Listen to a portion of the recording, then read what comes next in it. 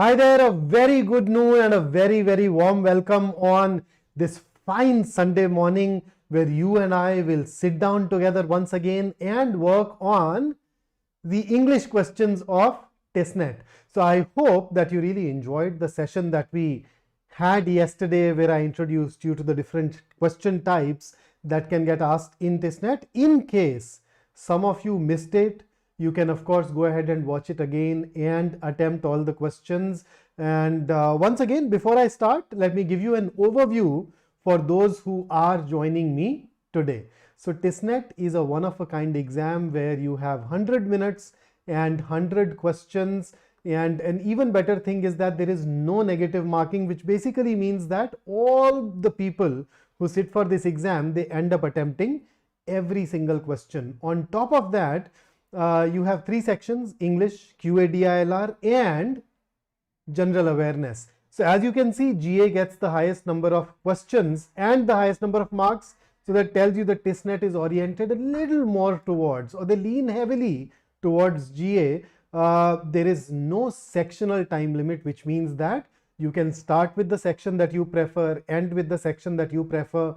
My favorite order of attempting this paper, my favorite, it can be different from yours, is I start with general awareness, where I'd probably devote around 15 minutes, maybe around 17, after which I prefer going to the English ability section, where I would typically spend around 22 minutes, after which I'd move over to QA, DI and LR. And I'd solve whatever I can, and then if needed, I can revisit one of these other sections to maximize my score. Now, there is no sectional cutoff in TISSNET except for the general awareness section. Yet another clue that TISSNET prefers general awareness. And what is the sort of sectional cutoff that you require? 35%, that is 14 marks. We have organized dedicated general awareness sessions of TISSNET for you as well. So you can go ahead, attend those, get a deeper insight into the paper pattern and benefit, right? And typically, most of us would apply to this MA in HRM and LR. You know the cutoff. To be on the safe side, you're targeting 75. Quite a few of us also apply to MSc in Analytics, MA in ODCL, and then some of us may also go ahead and apply to Masters in Hospital Administration. The cutoffs are on your screen, and I hope that you are very well prepared. So now let me see who all have joined in today. Naman, Pranjul, how are you doing?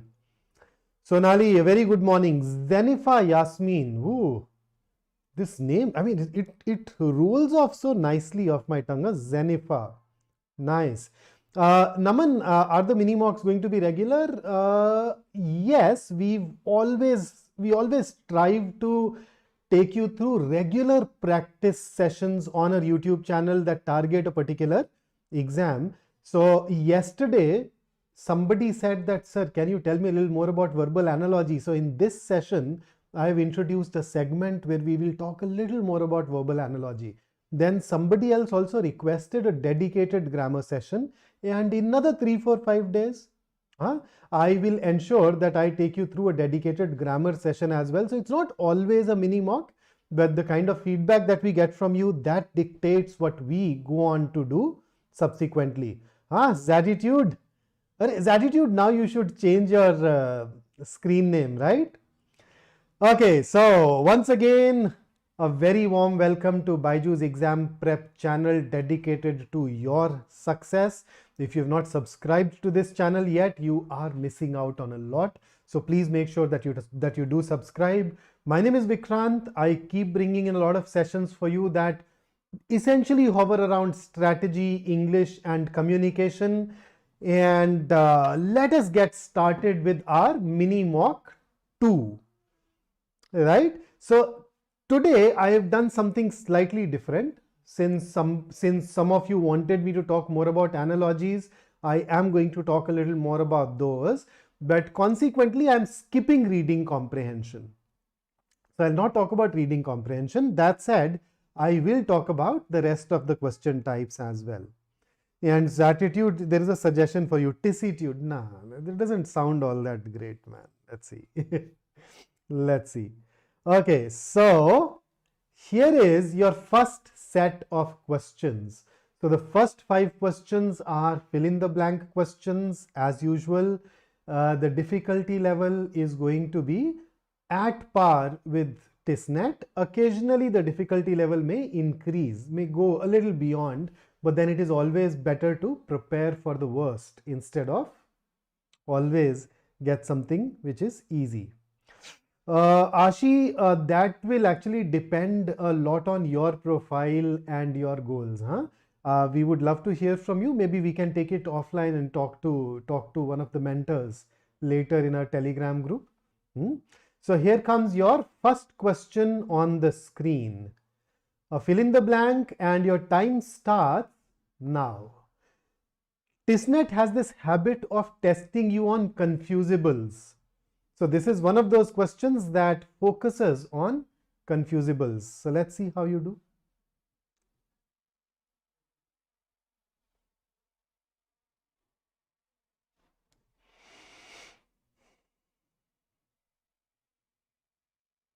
Five seconds to go.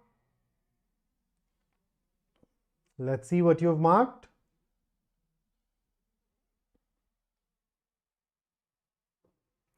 Okay, so a lot of you have picked up C. Some of us are also marking B. So I am sure everybody has ruled out A. I don't even need to tell you the meaning.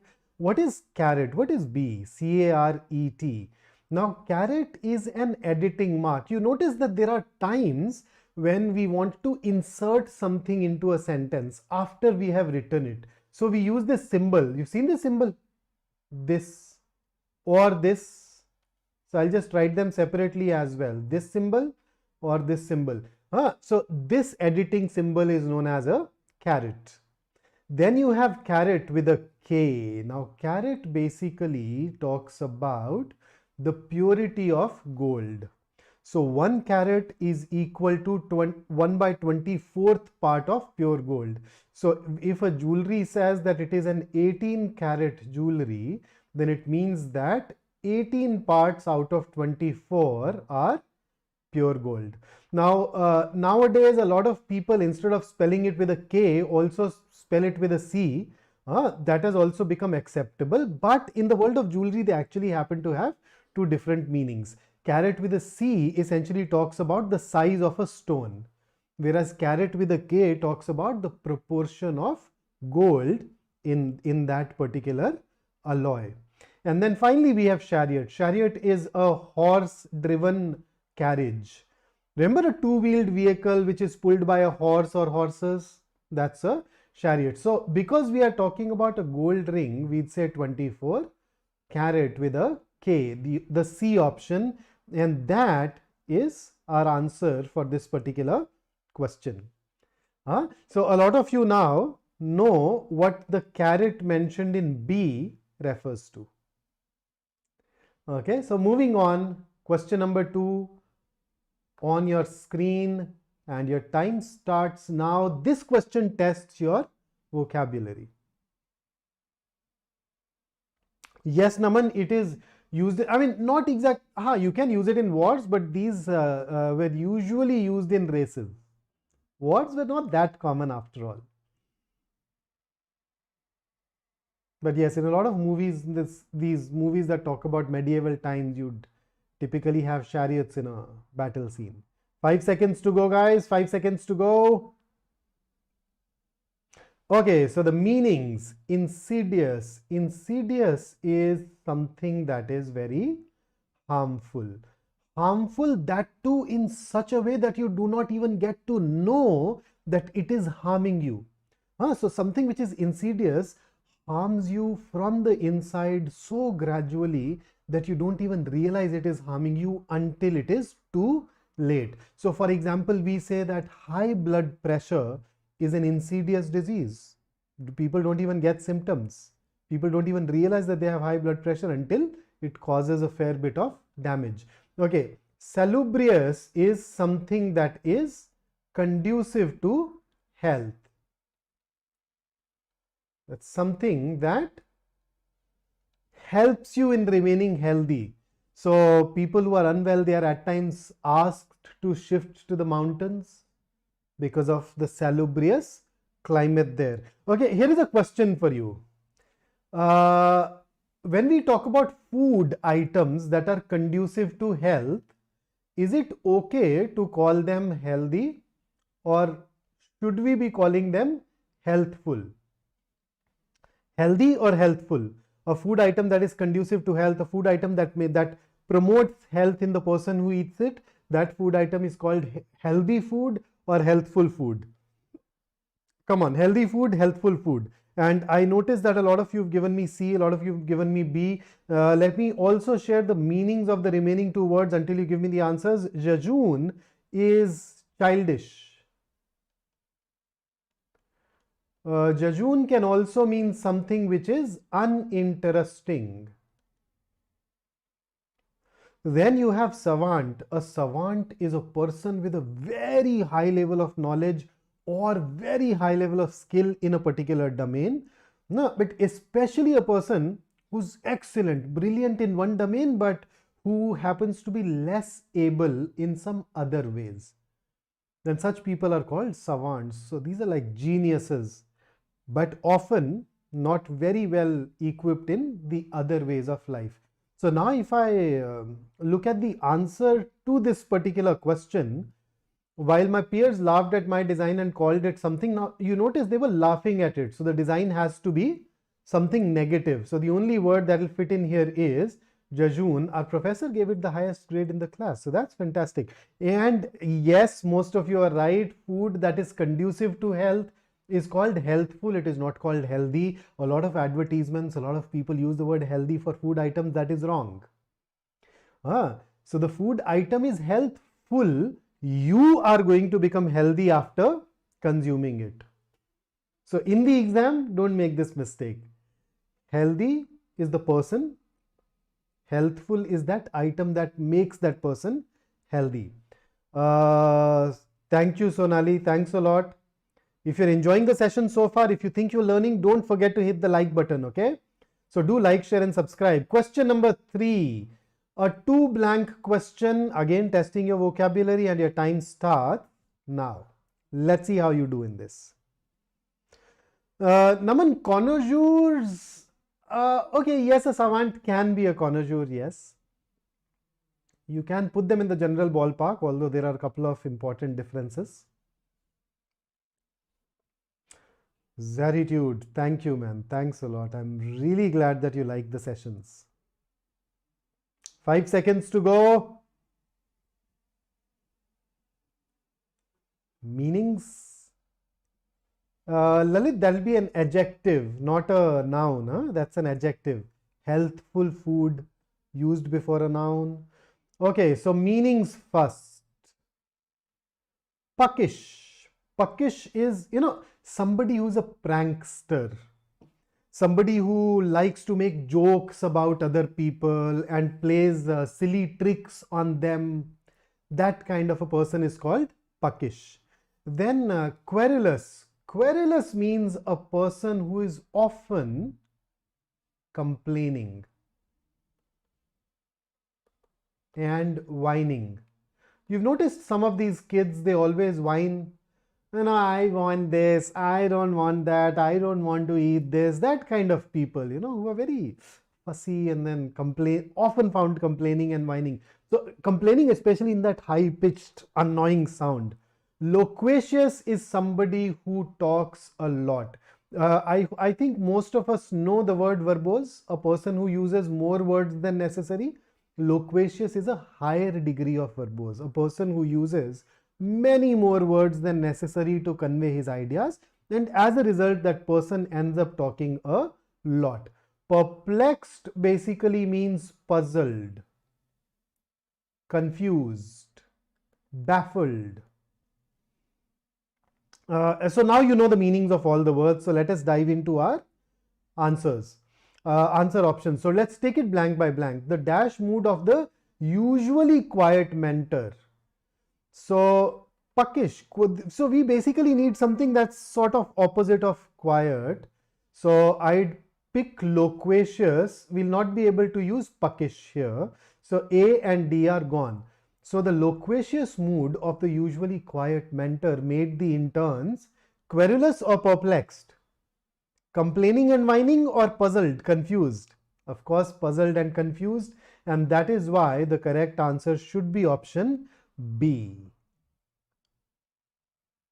There are more synonyms coming in today, huh? So I hope you see why we have ruled out A and D. We've ruled it out because of the first blank, and C has been ruled out on the basis of the second blank. Read the entire sentence and hopefully they'll give you a clue. Here comes your fourth question on the screen. I told you yesterday that TISSNET exam tests your understanding of prepositions a lot. So prepositions happens to be one of the areas that they test rather extensively, right? So every year you typically have around out of 33-4 questions based on prepositions. So your time starts now. Let's see what your answer is.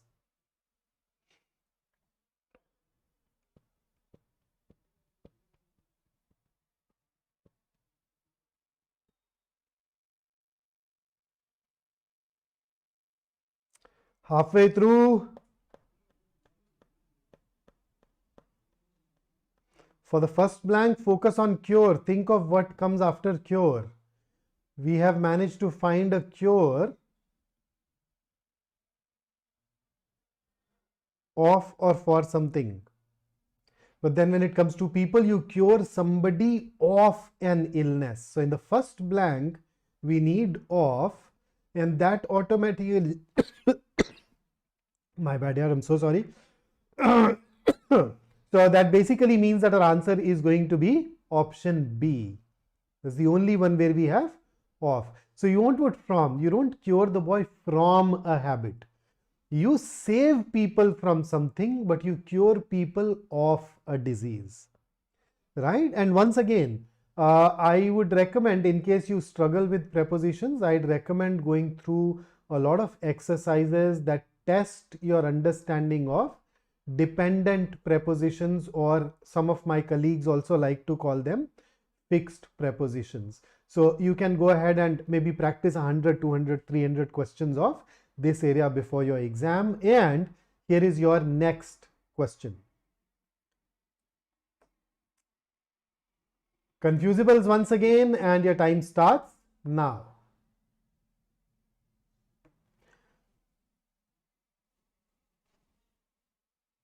What is the meaning of horrid? Horrid basically means something which is horrible, something that causes horror, something which is very bad or unpleasant. There's a very popular book series for children called Horrid Henry. So maybe. All right, so let us go ahead and dive into the meanings first. So palate. I'm looking at this one, palate. So this palate basically refers to the top part of the inside of your mouth. So you notice above your tongue you have this hard bony part in your mouth. That's called palate. Then when I look at this P-A-L-E-T-T-E, palate, you've seen that artists use a thin slab of wood to mix their colors. Here is a photograph. So this is called a palette. P-A-L-E-T-T-E. Okay, so that's a palette. And then moving on, you also have this another word, palette. So P-A-L-L-E-T. So this palette basically refers to, you see it on the screen, right? It's a flat wooden structure. Heavy goods are normally put onto this, and then you can pick it using a forklift. So that's a palette. So now that you know the meanings of all the three words, which option is going to be the best one? By the way, this was a question asked in TISSNET 2016. Nana's attitude. It's not a pillow. It's that wooden structure whose image I'd shown to you. So his palette was lying on a pallet. So I think the best answer here is going to be C. The artist's thin slab of wood on which he mixes paints was lying on that wooden structure. Now, how can your palate, the inside, the top inside of your mouth be lying outside? Come on. Right? So, wherever you have, and then in B, the palate cannot even fit inside your mouth. So, it can be ruled out. So, C is our answer. So, that takes care of some of our fill in the blanks. Let us dive into the next three questions where I will test your understanding of verbal analogies, and three questions. In each question, I'll introduce a variety that you can expect in the exam. So here is your first analogy question. Your time starts now. What's your answer?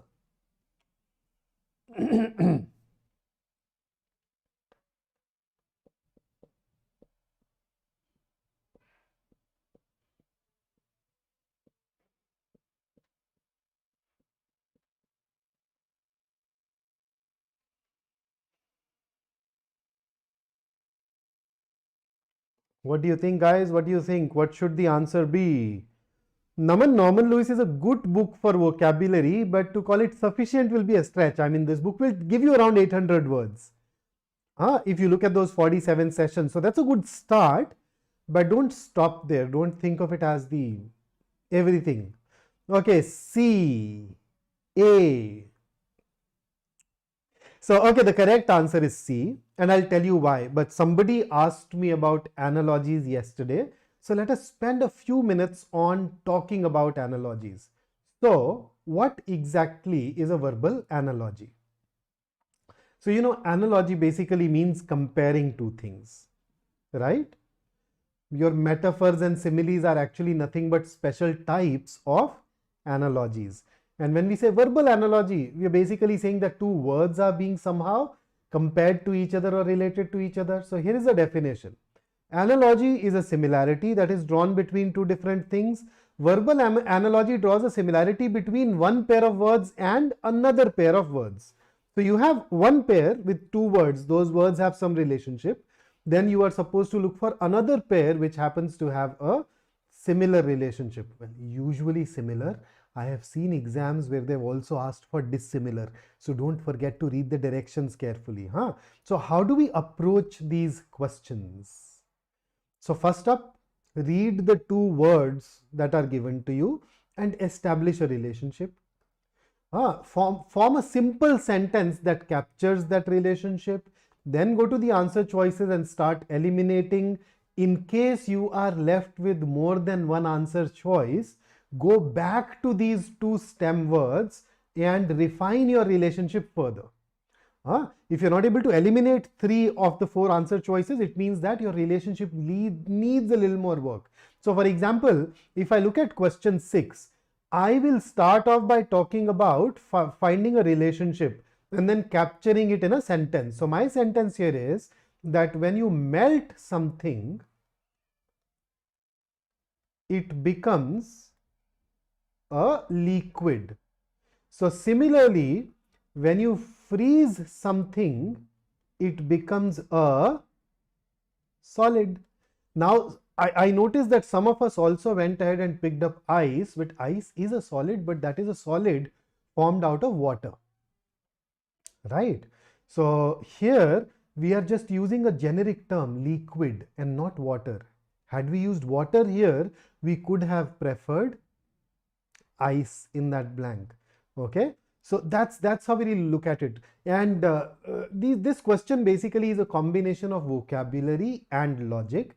So there are different types of relationships that can exist. For example, the examiner can give you a part of speech relationship. Remember, beauty is too beautiful. You can be given a tool is to function relationship. For example, what is the function of a scalpel? Tell me. What is the function of a scalpel? What does a scalpel do? A jugaad word for a scalpel is a surgeon's knife. You've seen surgeons with that blade, tiny blade with a long handle that they use during a surgery. So what is the function of a scalpel? Come on, tell me. What do we use a scalpel for? Okay, so one answer is cut. Are we sure? Are we sure? So I have one answer, cut. What else? What do we use a scalpel for? Dude, we use a blade to cut. Now I'll tell you, imagine I am lying on the operating table. The surgeon comes in, takes out a scalpel, and now he's going to cut me. भाई तू मेरी surgery करवा रहा, postmortem करवा रहा है. हाँ. Yes, so that's better. Yes, a scalpel is used for a very measured, precise cut called an incision. But then, we live in a world where our world is full of people using words in an imprecise manner. Have you ever seen a hair cutting salon? Hair cutting salon. That's wrong. Of course, you cut grass using a blade, right? So my barber, yes, treats my hair the same way. But then for most of the people, the barbers are pretty competent. It should have been a hair dressing salon. But anything goes nowadays. Yeah, just the other day I went to the market and I saw a store with a banner that said men's beauty parlor. Whatever, anything, kuch bhi. Nahi. So anyhow, coming back, tool is to function relationship. It can be a part is to whole relationship. For example, a page is to book. A sole is to shoe. Notice a part of a whole, right? Then it can be a degree of intensity relationship. For example, if I give you these two words, then what do you see? Frigid is a higher degree of cold or cool, right? So, and there can be many more, right? You're already pretty logical, so I don't need to list down all 30 relationships that can be given, but that's how it works. Okay, so here is the next question for you. So you remember in the previous question, I asked you for the second word of the analogy. In this question, I am asking you for the first word and your time starts now.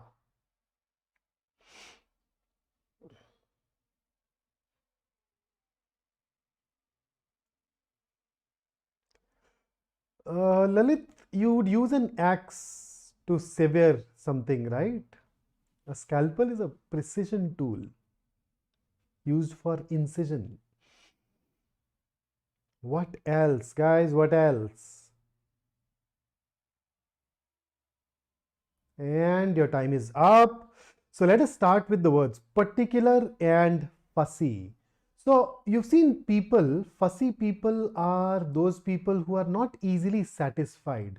People who have a very high standard, same is particular. Particular also means not easily satisfied. Somebody who's very demanding, somebody who wants a very close attention to be given. In fact, people who are particular, people who are fussy. You've seen this show called Big Bang Theory.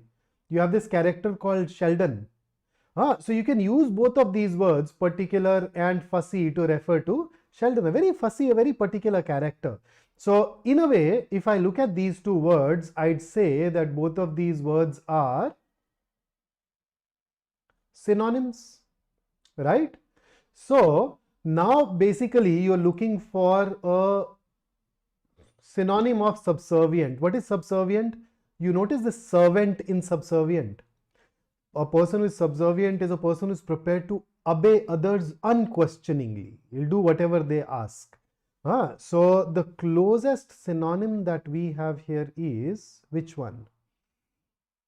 Okay, so meek is somebody who is usually very quiet and unwilling to fight. You can use the word timid for such people. I don't need to tell you the meaning of above. Cranky is somebody who is easily annoyed, easily upset. And then people who are uptight are people who are very worried or nervous. Okay, people who are unable to relax. So every year I write most of these B school exams. Okay, so I go to the center and I see quite a few people who are tightly wound up, who are not able to relax. So I normally look at them and I tell them, hey, don't get uptight about the exam, Relax. Just go and do your best. So that's uptight. So which one of the four, which one happens to be the synonym for subservient? I think the closest word is meek. So let's mark that as our answer. See, uptight is neither a synonym nor an antonym. So we can rule that out. Subservient is somebody who acts like a servant. You tell him whatever you say, he does. A person who is meek is also a person who will end up doing whatever you tell him. And that is why our answer should be A. And here is your next analogy question, where you've been given a pair, you are supposed to choose a pair with a similar relationship, and here your time starts now.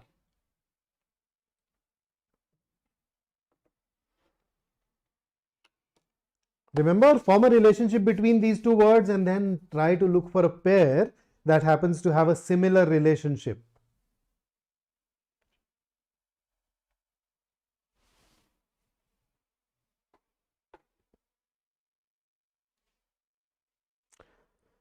Bhagyashri, I gave you the meaning as well as an association, but I'll repeat it for you. A person who's fussy is a person who has very high standards, and as a result, that person is not easily satisfied. It can happen in any domain. So somebody can have very high standards when it comes to jewelry, so not easily satisfied with jewelry. Somebody can have a very high standards when it comes to food, so not very easily satisfied with foods. Okay, so people are giving me A and B. Okay, the correct answer here is B and not A. You know why? Look at this. Blunder is a huge error, a huge mistake. Can I say blunder is a higher degree of an error? So the higher degree is given first, the lower degree is given next. Now, when you look at A, you notice that the order has been flipped. The higher degree is stated later. Rage is a higher degree of anger, whereas euphoria is a higher degree of happiness. So we also need to ensure the order. So if you change option A and write it as rage is to anger, then it will become similar to the stem. Otherwise it won't. Right? So that is why we are choosing B as our answer over A. Here comes the next set of questions. So I'll give you a sentence. It'll be divided into 3 or 4 parts. If it is divided into 3 parts, then the fourth answer choice will be no error. So you'd have to go ahead and choose it accordingly. So let us start. Question number 9 on your screen. Your time starts now.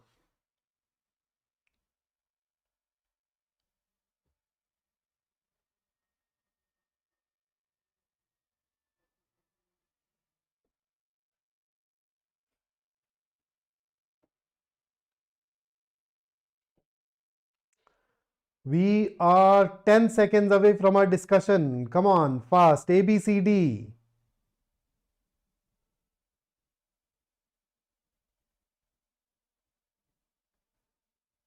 Okay. So this is a question that tests your understanding of a concept called pronoun antecedent agreement.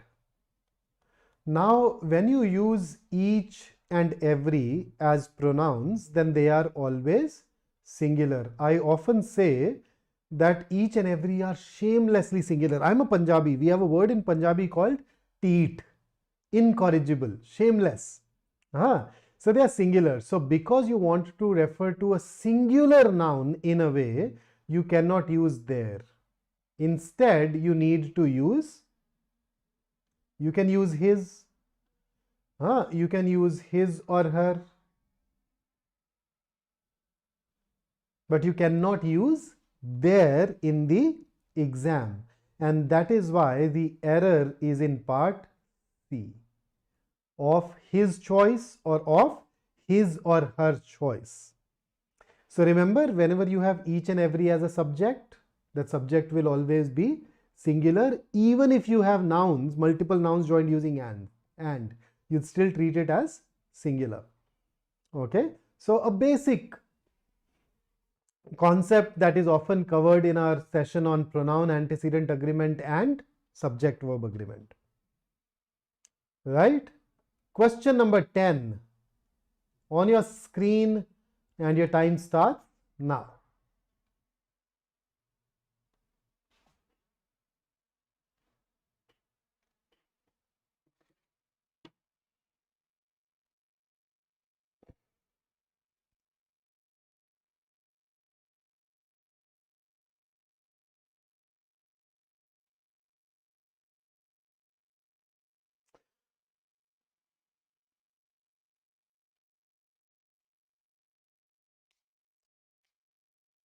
No, Naman, why would that be redundant?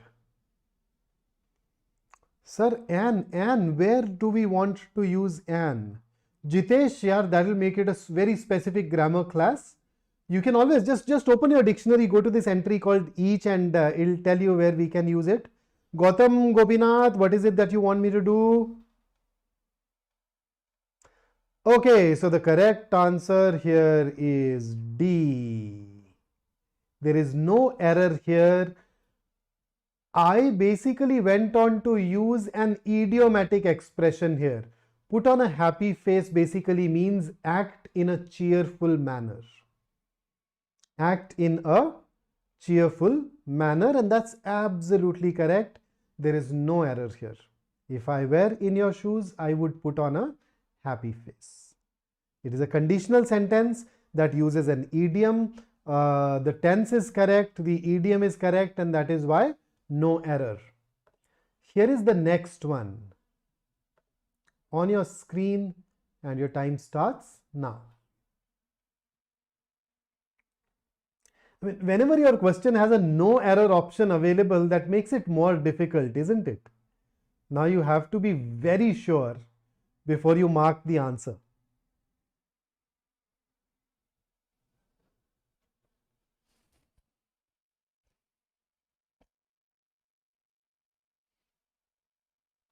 Five seconds to go. Come on, come on, come on, come on, come on. Give me the answers, guys. Give me the answers. Okay, so Amisha has set the ball rolling. A lot of you are sharing A. Oh, yes, you are right. You are right. I should have used are complaining here. So if I change it into are complaining, the answer becomes A, and that is because the subject here is the group of nurses, where the core noun is group, which is singular.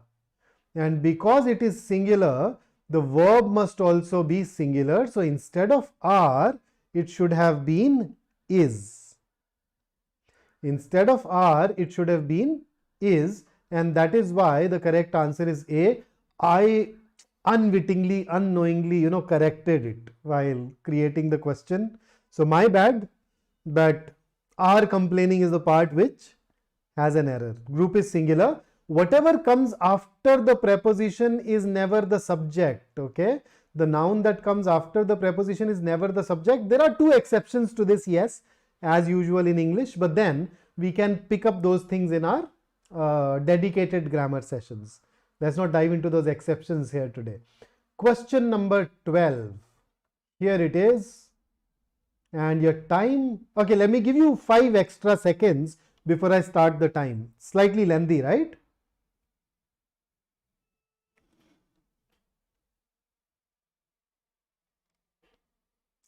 Okay, starting the time now.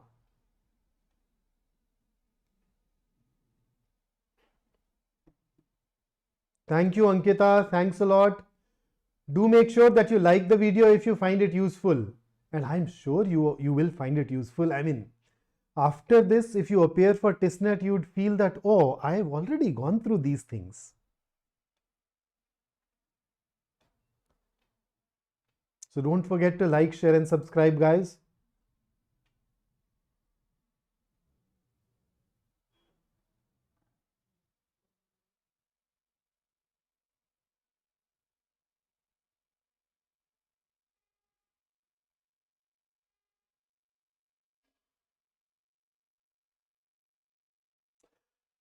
Okay, so the correct answer for question number 12, as all of you, most of you, okay, now that most of you put in, that's absolutely correct. Vicky, Tanya, Anisha, Ashi, Naman, absolutely A, and the reason is bacteria is plural.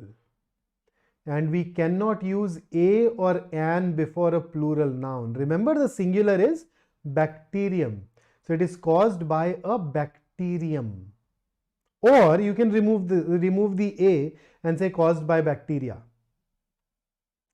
Okay. So change the bacteria into bacterium and that basically settles it. So this is a question that tests your understanding of irregular plural forms of nouns. So that's the concept that is being tested here. Absolutely, Ankita. It's actually good that you're attending all these sessions. It'll definitely be useful. Yeah, you'd end up learning something or the other for sure. Okay, and here comes the 13th question on grammar. Once again, slightly lengthy, so I'll give you a head start. I'll give you 5 extra seconds.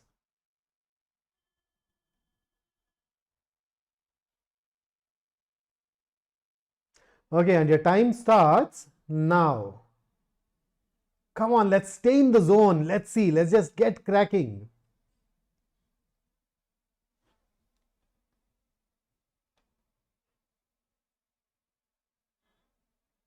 We are halfway through.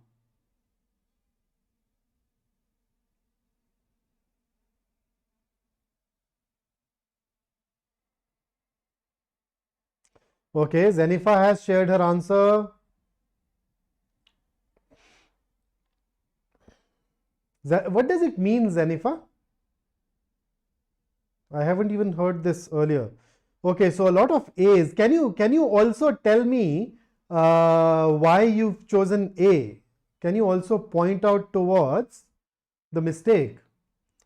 I think one of my guesses is that some of you may think that you needed for between waited and hours, but that's not necessary.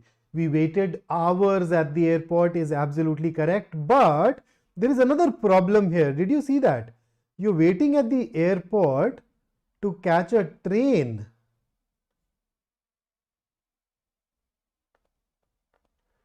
But the boarding wouldn't start within the next 3 hours. So you notice airport and boarding basically tell you that you're waiting for an aeroplane. But then you cannot have a train running there. You needed to have a plane. That is why the answer here should be option B. And you do not need that for after waited.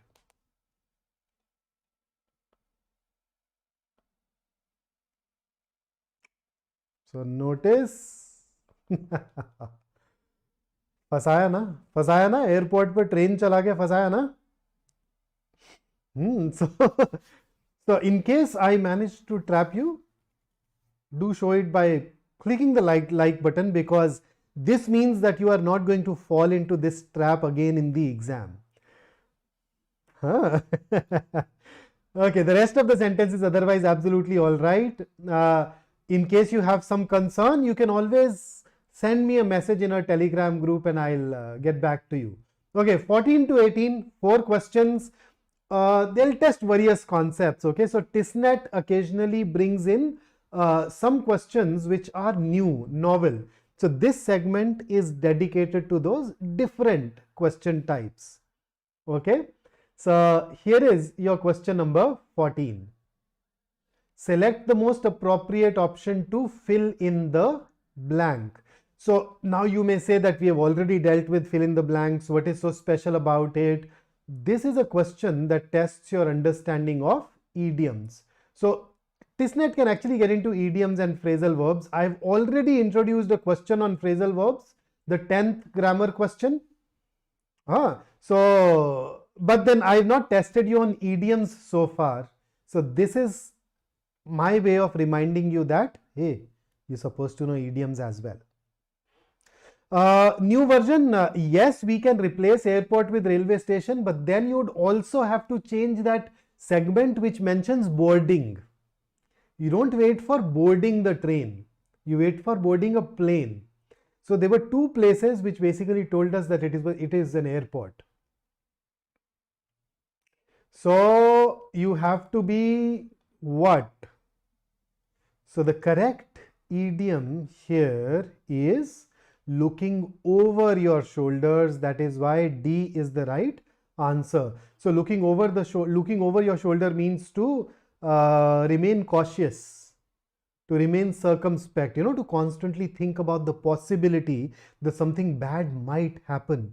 So therefore you are on your guard. So that is looking over your shoulder.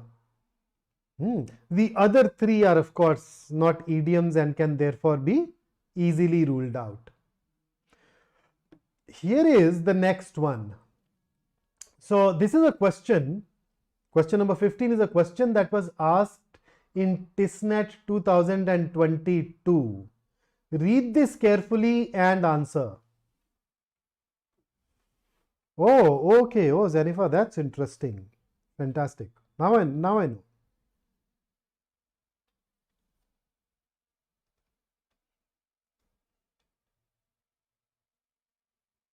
So I hope to see Zenifa and each one of you at the zenith of your performance during the exams. So only is a very tricky word. Okay, it can act as an adjective, it can act as an adverb, and the place where you put it in a sentence can change the meaning entirely. So which one? Oh yes, all the answers that I've gotten so far. So shout out to the first three, Vasu, Vicky and Ashi. Absolutely correct. The answer is D. Okay, one homework for you. If somebody says I love you and we want to respond, what should we say? I love you too, or I too love you. This is your homework. Just think it over and see what the difference in terms of meaning is between these two sentences and which one should ideally be used. You're in for a surprise. Okay, here is your next question. Question number 16 on your screen. This is once again an actual TISSNET question. This was asked in 2018 in the English section, although this question belongs to this area called logical consistency. And your time starts. Okay, I did not even introduce a timer because some of you may require longer. So what's your take on question number 16? The moment I get 3 answers, I will start my discussion. So here is the main statement. You need to figure out which of the following statements is or are definitely true on the basis of the statement that is given above. Let's see. Okay, some of you are really fast.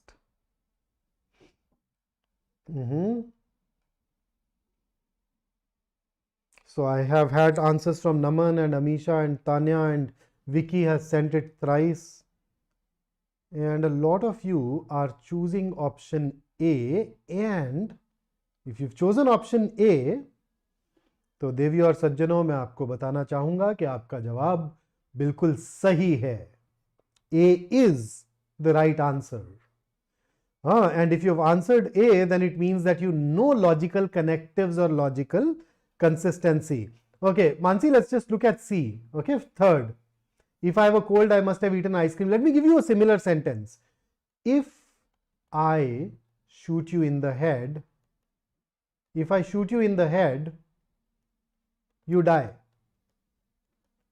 Does that mean that if you are dead, I must have shot you in the head? I mean, there are other things that can lead to a person's death, right? So that is why third is wrong.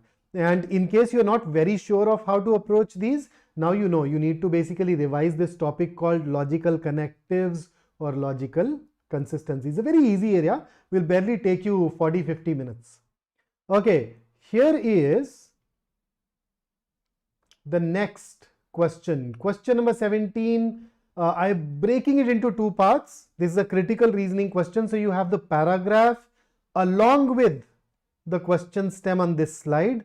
On the next slide, I'll give you the paragraph using a small font size plus the answer choices. So you have 10 seconds. Now let's make that 15. 15 seconds to read it before I take you to the next slide.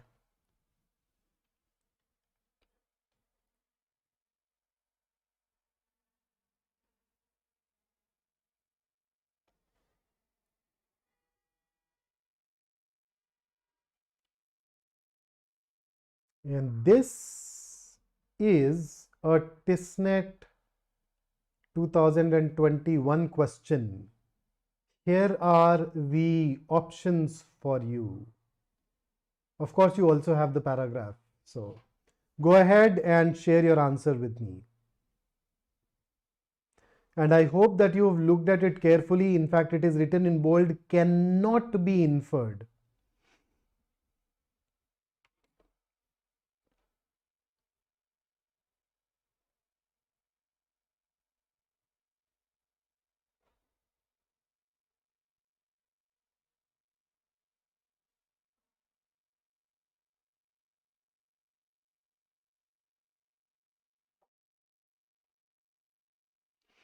Three answers. That's all that it takes for me to start the discussion today. I've received two of them. Naman and Bhagyashree have shared their options. Naman has deleted his option now, but then Jitesh and Amisha have come into picture.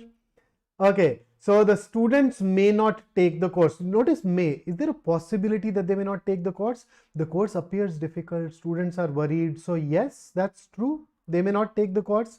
B, the readings were only guideposts for the assignments. Yes, because the assignments seem to focus on anything but the readings. It was almost as if the readings were a takeoff point only. From these two sentences, we can definitely infer B. C, the professor was very strict. Can't say. Merely because his assignments and his readings were numerous and his assignments were difficult does not mean that the professor was strict. D, the group does not have faith in its ability to do well in the course. You notice the last sentence. Worried that their cumulative grade point would suffer, CGPA will suffer. So that makes D true as well. And because we are looking for what cannot be inferred, our answer has to be option C. So far we were at least in the domain of English or verbal reasoning, but do not be surprised to see a question like this in the English section of TISSNET. Here is the question that TISSNET asked in one of the years. I don't remember which year it was, but it is an actual TISSNET question. So you notice it is not even related to English, but it is what it is. So what's your answer?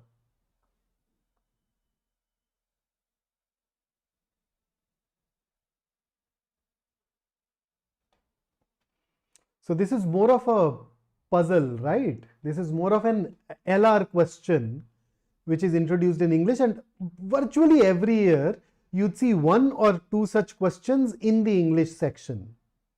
So although they have a section called QA, DI and LR, they occasionally also introduce these reasoning questions in the English section. So you can encounter one or two such questions. Don't be flummoxed by them, okay? Don't be confused by that. So what's your answer? Once again, three answers before I start. Two containers. We have a box, we have a can. One is small and is green. One of them has toys in it. The can is big, which means that the box is small and is green. The container that is completely purple has toys in it. So because the box is green, the can has to be purple. The can has to have toys in it. Whereas the box does not have toys. So let us see. The box is big. False. The can is green. False. The box does not have toys in it. True. The can has toys in it. True. So the answer here is going to be C and D. So this was, I deliberately did not change it. It is an actual question and the question happened to have a mistake, happened to have an error. By now, if you've been appearing for these exams, GAT, ZAT, SNAP, you've seen that we occasionally do face these situations where we have errors, right? So in that case, if you've spent some time solving that question, just mark any of those two answers. I mean, the moment the examiner introduces a wrong question into the mix, it becomes an unfair question for everybody. Yes, Naman, ideally in a well-designed question, that should not happen. But as I said, it's an actual question. It had an error. I deliberately retained it. So in order to ensure that, okay, these things at times happen, yaar. Okay. So do mark whichever one. So if you've chosen C or D, I definitely give you the marks for this particular question. But as I said, poorly designed, should have been improved. Okay. So that is what I brought for you today. But before I sign out, all of you have done fabulously well. Even if you've made mistakes, you've learned from it. That increases your probability of success. And really, really important, if the session helped you, do show it by pressing the like button. And before I leave, here is a thought for you. If it makes you nervous, you're doing it right. You're doing it right because it tells me that you are willing to push beyond your comfort zone. And that is how champions are created. And let's not forget that we have this All India Open CMAT mock happening from 21st to 29th. You can register for it by clicking on the link in the description.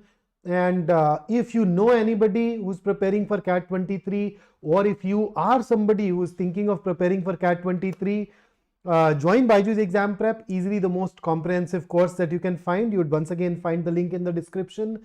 And once the session is over, if you have any question, any issue, any concern, we are available on Instagram, Facebook, Telegram. Links for all of these are available in the description. You can reach out to us there and we would love to help you with any query that you have. And once again, somebody asked for a grammar session yesterday. I am bringing a grammar session. There was somebody who wanted a GK session. We are bringing a GK session for TISSNET as well. So stay tuned. There is a lot more to come. So until I see you next, stay safe, stay focused, stay in touch.